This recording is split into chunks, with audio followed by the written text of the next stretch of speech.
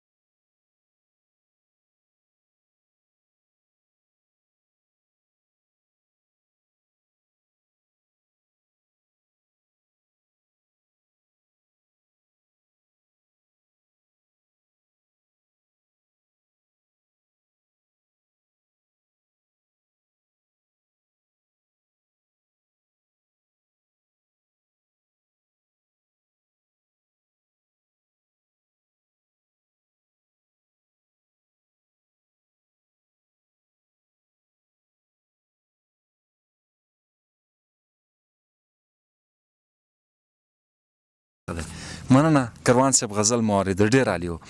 کروان صاحب په دغه برخه کې یو څه پوښتنې م کوم. کروان صاحب ډیر وخت کېږي چې تاسو په شعر ویلم پیل کړی، نو په خپلو اوسنیو او پخوانیو شعرونو کې څه توپیر وینئ؟ که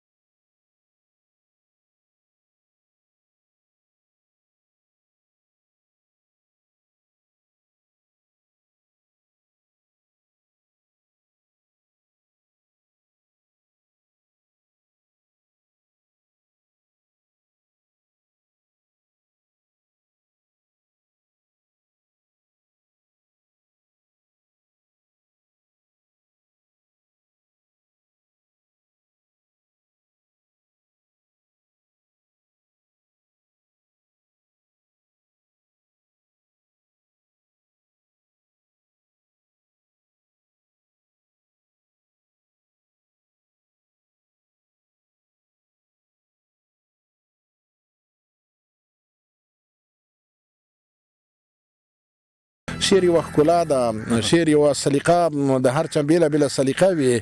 هغوی دپاره کیدای شي مختلف تعریفونه ولري، خو دغه موسیقایي ژبه ده د لفظونو دغسې مناسب راوړل چې هغه عاطفه ولېږدوي، جذبه ولېږدوي، مینه ولېږدوي، کرکه ولېږدوي، که نه غوسه ولېږدوي. نو دغه شاعري ده. ډېره مننه کروان صاحب د ښکلو معلوماتو. کروان صاحب یو پوښتنه ده چې اوس هم کیسې لیکئ او یا نه؟ او کیسې خو زه لیکمه، کیسې هم لیکمه، کله کله ډرامې هم لیکمه. او ما ډېرې ماشومانو دپاره کیسې هم لیکلي دي، ډرامې هم لیکلي دي، او کله کله دغسې کیسه هم لیکمه، لنډه کیسه یا د اشعار سټوري چې ورته وایي کله کله. نو کروان صاحب په دغه برخه کې یو څه نور غزلونه هم درڅخه اورم. د کارغانو اوازونه هم راځي. نو دغه مونې که څه هم ژمی لګېدلی دی، ما ته اوس هم منی ښکاري. وایي زه د مني په موسم کې په نرګس باندې مین یم، زه د مني په موسم کې په نرګس باندې مین یم، د رنځورو غزلونو سرودونو د وطن یم. زه د سرو د ژیړو پاڼو د ورغویو کرښې لولم، زه د سرو د ژیړو پاڼو د ورغویو کرښې لولم، یو پالبین یم د مینې، زه د مینې نغمه زن یم.